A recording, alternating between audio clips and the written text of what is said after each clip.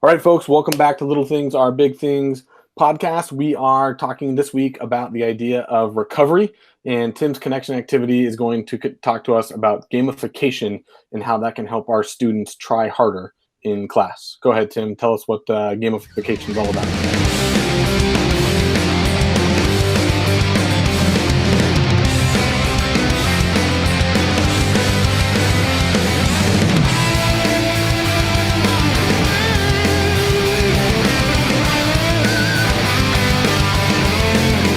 Yeah, so we're going to take a look at this idea of recovery and trying to help increase the likeliness of our students to even attempt to recover out of whatever hole they've dug themselves into. And when I think about recovering and trying to make learning fun and trying to even make it something that they're like, oh yeah, that would be worth me trying, and like I don't mind trying, I think of this this TED Talk that I watched. It was called The Super Mario Effect. And if you haven't seen it, I'd highly encourage you to go watch it, but I'll kind of give you just a quick summary so you know where a little bit of my thinking comes from when I start to build these different activities in games and stuff. But the general idea is, like, if you think about old school Super Mario, right? Like regular Nintendo, you're playing a Super Mario, you're trying to go save the princess. That first level, you're running, you come up on a pit, you jump, you fall right into the middle of the pit and you die, right? Like if the game was just over and you never got to try again, like that's where the learning would stop. That game would be over. Nobody would ever buy that game. But no, you pop right back up and you get to try again, and eventually, you only have a certain amount of lives or attempts or whatever, and you might have to restart the game entirely from the beginning, but you never ever really get penalized.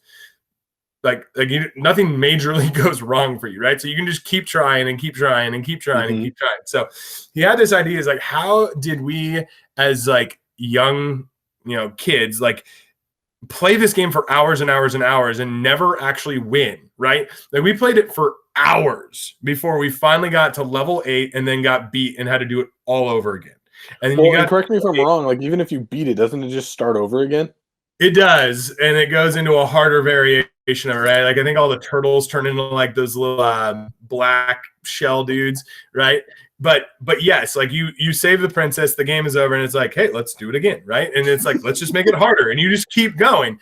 But yeah, like I remember the very first time, like I got to level 8, and then I lost, and I was like so frustrated and so pissed off, and yeah, I walked away for a little bit, like just fuming as like this hormonal teenager on rage mode. And then all of a sudden I came back and I did it again for another 45 minutes or an hour or whatever it takes to get back to that point. And then, I got a little bit further and I died again. And then I pissed off in rage mode. I came back and I did it again. Like, why would I even spend that much time and effort? And it's like, because it was fun. And realistically, I wasn't penalized for failing. So it was fun and I want to succeed. So I'm going to go back and I'm going to keep trying. So his whole like premise on this was this idea that people are going to try more if it's fun and there's no penalty. So they tested this theory, and there was, again, watch the TED Talk, but from my memory off the top of my head right now, they had 2 different games on their website. You had to move things around and like guide a code so that you could make like, I don't know, like it was like a car had to go through a maze and like finally get out the exit. And you had to type in a couple different codes. And the idea was to teach you how to code. And the average attempts on the game, you started with 100 points, and every time you crashed or had the wrong code, and so it didn't make it out the path, they said, wrong, -5 points, try again. The average on it was like 5 attempts before people just quit. And like the success rate, I think, was like something less than half. Okay. And then the only difference between that one and like the second game they did was they didn't take any points away. So you'd crash your car or whatever on the coding, and it would just say, wrong, try again. Still had 100 points. And so they tried again, wrong, try again, 100 points, wrong, try again, 100 points. And they found that at the end of that second attempt, when there was no penalty, they noticed that the average attempts went up to something like 13. Like it was like 2.5 times more attempts. Like that's a huge number on like a statistics basis. And then it was like, I don't know, like 87% or something. I'm making some of these numbers up, but like obviously the success rate was much higher as well because people were trying more and they became successful. But like it was mind blowing that just because they didn't take away points from a fake score on a game that you showed up to on the internet just to play, right? Like those points don't mean anything. But I lost 5 fake points and I still. At 5, that would put you down to 75 points, and all of a sudden you're like, I'm done. I'm not going to lose any more of my 75 points. I'm not trying this game that doesn't mean anything, right? But instead, 13 attempts. Like if you'd taken 5 points away on each one of those, you lost 80 points, right? Or no, 13, 65 points. Sorry, quick math there. And so you've got 35 points remaining if you had actually put that in. And I think it's interesting. And you and I talk about this all the time with like grades and stuff, but like put that into a classroom. If you're taking points away, even if it's just 5 points each attempt, right? Of course a kid's going to stop at 75. That's a C. Who's going to keep trying until if I get it right and I succeed, the best I can do is a 35. Right? I lose 65 points because it's my 13th try and I get it finally, but the best score I can get is a 35, especially in our 100-point grade systems. Yeah. So I'm wondering, like, from a very like math practical standpoint, since that's kind of your realm between the two of us, and I'll be the theory guy. Like I'm hearing this Super Mario effect thing, and I'm wondering, okay, so if I set up my grade book so that essentially when you walk in the door, you have a C. And then everything that you earn after that is bonus, right? So you make an attempt to do whatever, right? You make 4 attempts to write an evidence-based essay. You can only go up from there, right? You're not going to get penalized. Only like, hey, you did a great job. You're now at a B. Or hey, you did a fantastic job. Now you're at an A. And however many attempts it takes you to get to that level, is that kind of what that would look like in the classroom from a scoring standpoint? I'd actually never thought of that, and that's brilliant. I love it. Like we should build our own grade scale and market this to everybody. So if you are part of a group out there that wants to jump in with us, shoot us an email, help us with this idea. We're going viral. That is brilliant, right? Like it's the idea of here's your score. It cannot go down if you fail. It can only go up because I succeeded. So ding, ding, ding, ding, ding, more points, right? And then I attempt and I attempt and I attempt. Ding, ding, ding, ding, ding, I win. And it keeps climbing until whatever your final grade is. I love that. And I mean, the only thing in there, I know someone's gonna be like, well, how do you fail your class then? Like if you can't go down. Like I personally am still a believer if you don't do it, you don't get points. Like that would be the one thing. It's like, hey, you've got a 70 to do this activity. If you don't do this activity, you don't have the 70, right? And we'll talk about this more, I think, on the big idea kind of episode. But I also build a buffer in, especially for my tests, because they carry so much weight. Because a 0 in a grade book jacks a kid up for the whole quarter. But, so we'll talk about that in more detail. But I love that idea of if I'm at least doing everything, I don't lose points and I get a C. Cool. So I've wrapped my mind. So much stress. I know. So I've wrapped my mind around like how the scoring part can make kids work maybe a little bit harder and push them to not give up, which has kind of been the theme for the last month or so, is essentially how do we motivate our students to actually try and learn versus staying in a safe shell. Right. So then the second part, which I'm assuming is the harder part, I mean, there's a whole admin yelling at you for the way you're grading, but forget those guys. So I'll watch my language, but they might enjoy it. They might like it because they just want people. They get paid based on pass rates, anyways, which we'll talk about in the next episode. But so they'd love it. How do you make kids want to keep trying? Right? How do you make the assignment game-like? Right? Because that's the key, right? Like from what I'm hearing, there's a part of it that's, hey, you're not getting penalized for failure, so you're less likely to give up in frustration. But there's also this is entertaining enough, for lack of a better term, that I'm going to keep trying. And I know, because I've heard you talk about your classroom, that you've actually done some work with this, right? Yeah, and sometimes I'm successful, sometimes I'm not, right? And I think it's like any game. There are so many games out there, and we don't all love to play all these games, right? Like, even though I could, never lose this game, if that game sucks and I'm not engaged and it's not fun, or it's not, honestly, if it's not challenging enough too, right? Like I'm going to put it away. But if I can make something that has meaning to me, so ways that we've talked about this before and ways that I use this, you create student like activities that they want to do. You write story plot problems or stuff that relates to the things they're interested in, or uses their names in a test question, or all these different things that creates that meaningfulness to the student. Mm-hmm. You make it challenging enough that they want to be successful, not so easy that they don't try because like, oh, I already know how to do that, and not so challenging that like, holy crap, I don't know what I'm doing, I'm not going to even start, right? Like you got to find that sweet spot.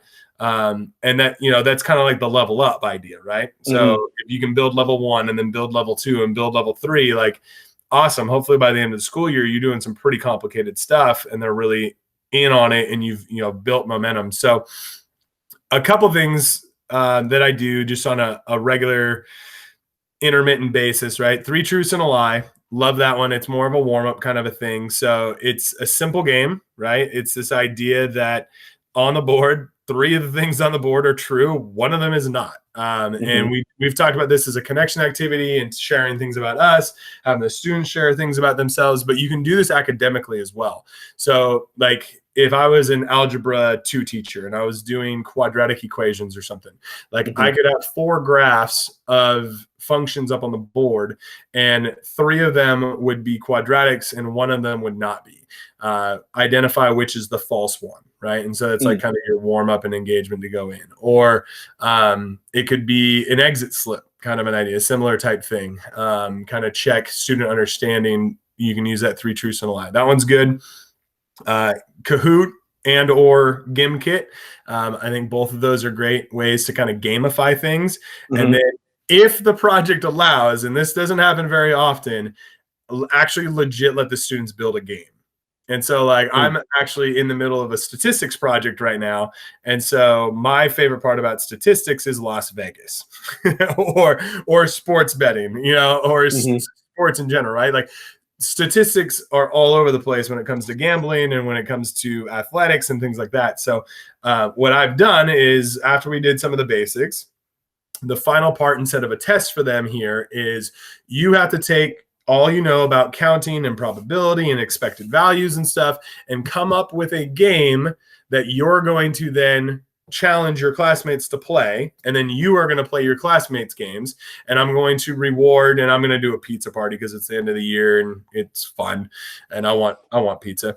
So we're gonna have the most profitable game come to that party and the most winning person come to that party as well. So it gives them some incentive to actually make a good project besides the fact that it's their grade. Yeah. And so that's what I'm doing in the current moment. So one of the things in there that I really have found valuable is like that food element, right? Like the reward. Yes, there's a grade attached to it, but it's like the quality of work results in pizza party, or as simple as first place in the Kahoot gets 3 dum-dums, second place gets 2, and third place gets 1, right? Like people are going to continue to work hard in that realm.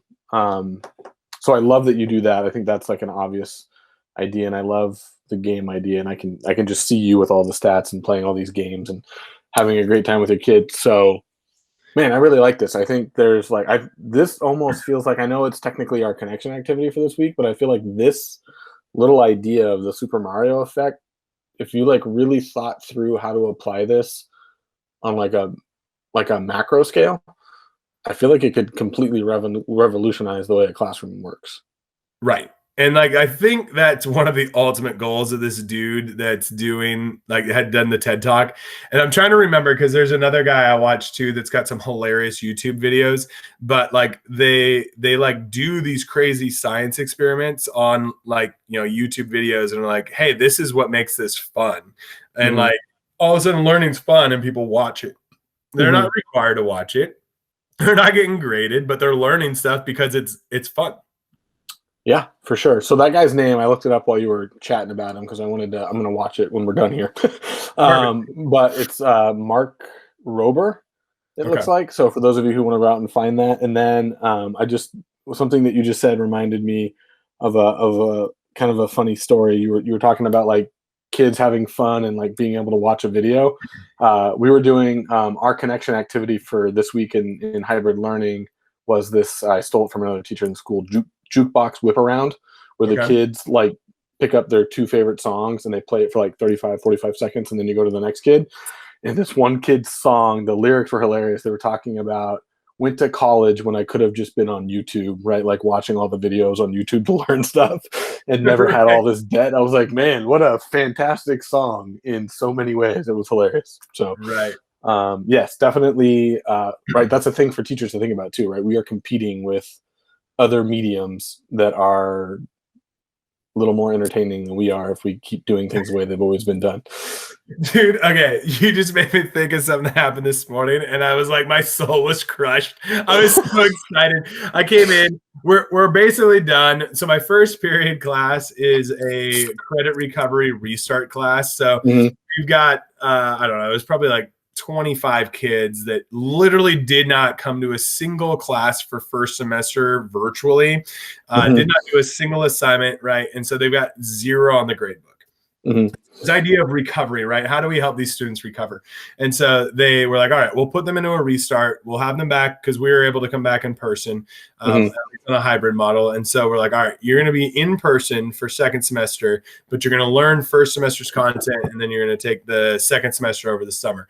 And so I've been working with this group of kids. They've whittled themselves down to 14 that actually still keep showing up. So that's a whole nother story about this idea that even when we try to help them recover, they still follow the same patterns and find ways to just disappear. But anyway, so my kids that are in there, they're fairly well engaged. They're all going to pass. They're all going to earn their credit so far for this semester that they've recovered. And I was like, yes, all right, we're done. I just want to teach them some new stuff. Here's what you're going to see second semester in summer. And like one of the things that I enjoy about geometry is similar triangles and right triangle trig, because you can use both of those to find the heights of objects without having to like climb to the top of it. And so like I drew like this picture of a tree, and I was like, hey, see that tree outside? How do I find how tall it is? So like they've got the visual outside the window. I've got it drawn on the board. I'm kind of gamifying it. I'm letting them like pick like how could I find it? And of course the first answer, how do I find how tall this tree is? Climb up to the top of it with a tape measure. I was like, all right. I like it. And the last time I climbed a tree, I know I couldn't reach the top, and I'm a whole lot bigger now than I was then. I'm not going to even attempt that one. So I was like, how can we do it without climbing the tree, right? And so I set them up with like the similar triangles. I showed them the math on it where like you can do the shadow of the tree and put it in relationship to your height with the shadow that you have at the same time of day. And then you can do similar triangles and find the height. And they're like, oh, okay, cool. And then I just showed them, I was like, and then your phone has this clinometer. Then you can do right triangle trig and find the height. And they're like, cool. They're like, hey, you know what else you can do? You can take this app and you can point it at the base of the tree, point it at the top of the tree, and it tells you the height. I was like, ah! Well, now you know how the app works, kids. I know, right? I was like, literally for like 25 minutes, I've been like trying to make this fun, make it engaging, and the kid at the end, it's like, why do we need to know that? This app does that. And he just like clicks it. It was really funny. Now, in my defense, this was also like a little funny backfire. He goes to do the very first time he goes to do it, he points it out the window, and I don't know how the app does it, like specifically, right? But it points back and it says like 3'7" or something. I was like, that tree ain't 3'7". It's like a 40-foot tree outside. And he's like, oh, I think I'm too far away from it. So, and then we tried it inside the classroom. We found the height of the ceiling, which it actually was like almost spot on. So I was like, all right, that's cool. And now one of the tools that this actually might be using to help.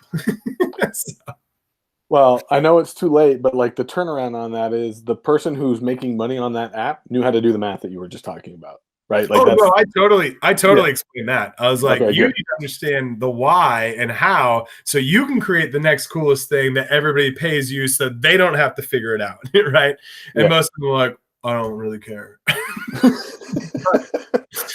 Well, we'll talk about those kids next episode, but that's a great story. So funny. So anyways, that's what I do. I like doing it. The statistics game we've been doing the last 2 days has been hilarious because the kids are the ones creating the game, which gives them a lot of buy-in and ownership. So they want to play their own game and have people play it. And then because it's competitive to get to this pizza party, and there's a little bit of this gambling kind of vibe, right? It's all fake currency. It's not real. The only thing they're really fighting for is this pizza party and like just showing that they did their game. But it's enough competitiveness on top of like, this is my game. So there's a bit of pride in it that they're really, really in on it. And they are trying over and over. Like, we've played it for 2 days across 3 classes. I probably have 65, 70 students in those 3 classes. And we have like 800 recorded responses on gameplay because I built it in Google Forms. So they had to type in their response every single time. So I have this massive spreadsheet where I'll be able to filter it by the student's game, by the player who played it, by how much was played, how much was won. And I'll be able to literally figure out what game made the most money, what student made the most money. And then we'll be able to celebrate them on Monday. And I'm stoked about it. So that's awesome, man. That's going to be great. So anyways, appreciate you guys jumping in for our connection. Again, if we want to talk, how is this a connection piece with the kids? Get that buy-in, right? Get the buy-in, understand what they love about it, and then you're in great shape. So anything else you got, Dave? I just, we can't call that a connection episode. That was a revolution episode. So it's good. No, I think you and I legit, let's start game planning how to actually do this grade from a 70 and go from it. I love that idea. And then I'm gonna share a little behind the scenes and maybe we'll sneak it into the free resources for those of you that sign up for it too. But I've got a crazy idea that involves videos that makes the kids want to get to the next video. So maybe we'll share that one in the free resources for y'all. So I like it. We'll see you back here on Thursday. Always learning a peak state. Make it a great day.